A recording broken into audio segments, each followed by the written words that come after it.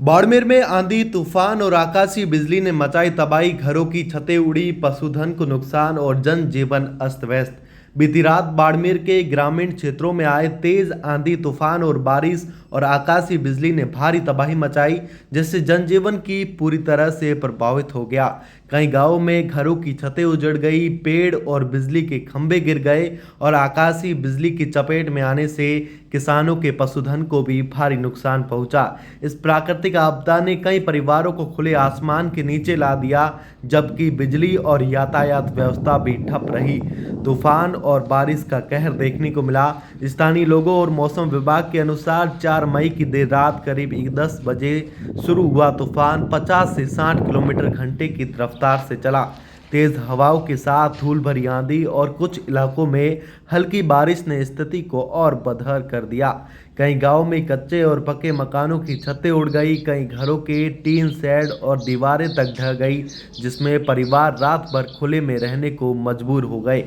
उदाहरण के लिए कगाऊ गांव की रबारियों की ढाणी में जेठाराम मेघवाल का कच्चा मकान पूरी तरीके से ढह गया। इस हादसे में उनकी 10 बोरी जीरे की फसल भी बारिश और मलबे में खराब हो गई। इस तरह बायतू और समुद्री क्षेत्रों में कई घरों के छप्पर उड़ गए, जिसमें लोग अपनी जान बचाने के लिए रात में इधर उधर भागने लगे।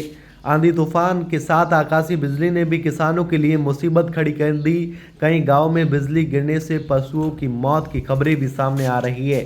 सिवाना और बाड़मेर ब्लॉक के कुछ गांवों में किसानों ने बताया कि उनकी बकरियां, भेड़ें और गाय बिजली की चपेट में आकर मर गई। एक किसान रामाराम विश्नोई ने बताया कि मेरी 4 बकरियां और 2 भेड़ें बिजली गिरने से मर गई।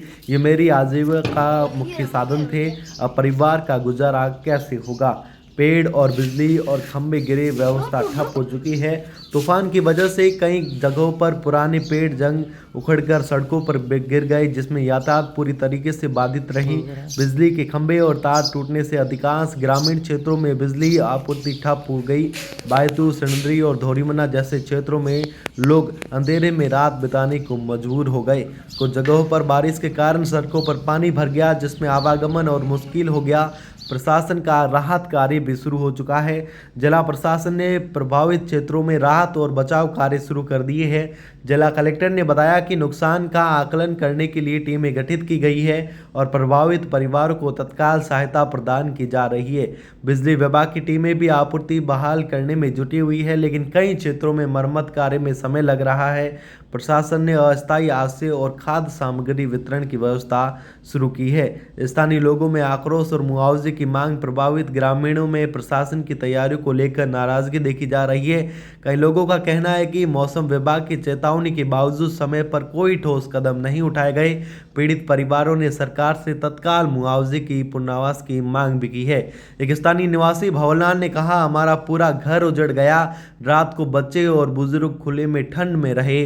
सरकार को जल्दी मदद करनी चाहिए। मौसम विभाग ने अगले 24 घंटों में बाड़मेर और आसपास के क्षेत्रों में हल्की बारिश और तेज हवाओं की संभावना भी जताई है।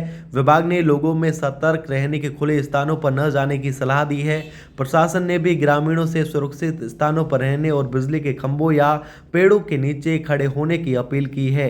इस तूफान ने बाड़मेर के ग्रामीण क्षेत्रों में पहले से ही चुनौतियों का सामना कर रहे किसानों और गरीब परिवारों की मुश्किलें और बढ़ा दी है।